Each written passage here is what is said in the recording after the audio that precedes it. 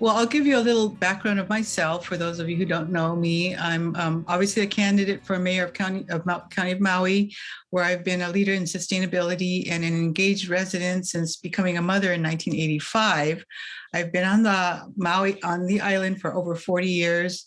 And with my husband, Bob, we have two children, both born and raised on Maui, graduates of Maui High School, and both got their master's degrees at UH Manoa. And we have two grandchildren. I've been a longtime advocate for resilient, thriving communities, and my priorities include a diversified economy, local renewable energy, regenerative agriculture, food security, affordable housing, social equity, emergency preparedness, environmental protection, and managed shoreline retreat. I'm currently serving in my third term on Maui County Council, where I chair the council's Climate Action, Resilience, and Environment Committee. I'm also vice president of the Hawaii State Association of Counties. In 2020, I was recruited to join the board of ICLEI USA, which is Local Governments for Sustainability. It's a global organization that works with local governments. And I was recently appointed to the Local Government Advisory Committee to the U.S. Environmental Protection Agency.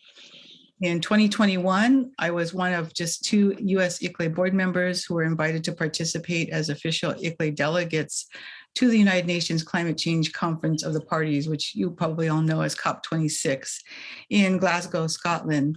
I've served as an elected member of the Hawaii State Board of Education, representing Maui County from 1994 to 98. And I'll just kind of go through some of my local community nonprofit involvement. I founded the Sustainable Biodiesel Alliance back in the mid-2000s. I've been locally on the Hawaii Renewable Energy Alliance, the Hawaii Energy Policy Forum.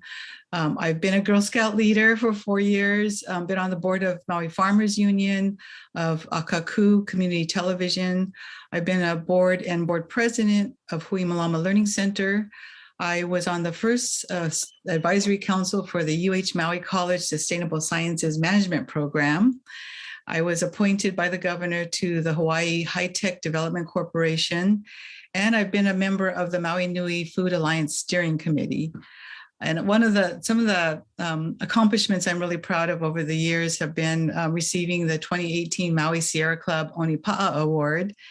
I was named to the Biofuels Digest International list of top 100 people in the advanced bioeconomy in 2017 and earned the 2005 Blue Sky Award from the United Nations Industrial Development Organization in Shenzhen, China.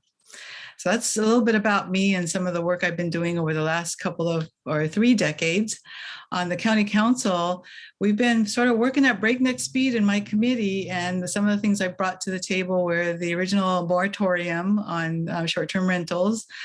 We also passed out of my committee the chemical sunscreen bill, which I'm very proud of. We just recently passed out the lighting ordinance that will help prevent seabird fallout. We also passed the benchmarking bill, which will help they've actually already started on, the county has started benchmarking its energy and water use for its facilities with the idea that their goals are to be reducing that usage every year. So that's been an immediately effective bill. I'm really proud of that. I've also been part of the ban on styrofoam and the single-use plastic foodware. So we're getting shaped up here on Maui. We're doing a lot of environmental protection. I've been involved in several different efforts to close down injection wells. As you all know, the Lahaina injection well case, we were able to sign a settlement agreement with the council when I was council chair. Unfortunately, that didn't get signed by the mayor, so it did go to the Supreme Court. But happily, it's kind of funny to say this, but happily Maui County lost its right to pollute.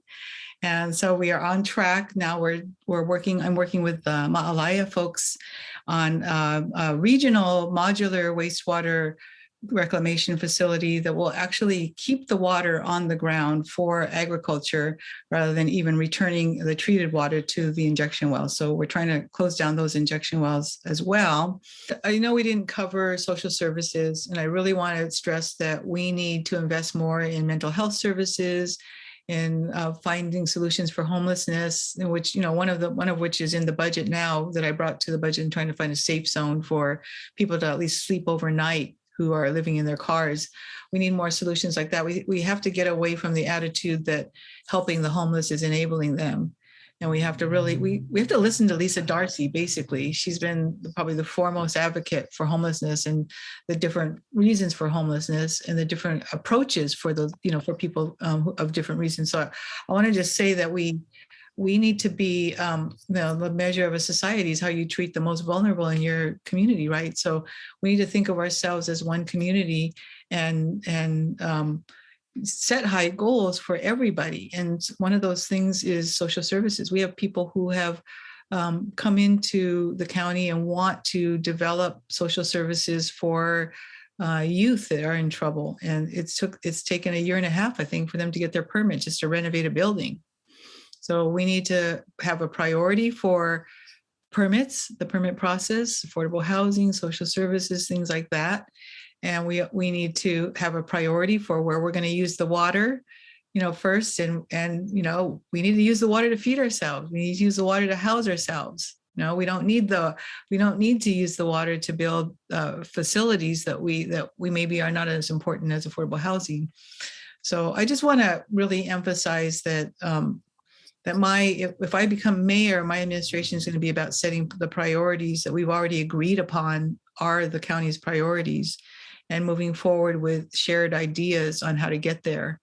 But there've been several resolutions I've put forward urging the mayor to hold task forces so that we can do that, so we can make everybody part of the conversation, and they've gone nowhere. So I'm going to be reaching out. I'm going to be expecting people like you and everybody else I've talked to want to engage in that direction to, pick your most important subject and let's have a conversation about how we can make it better.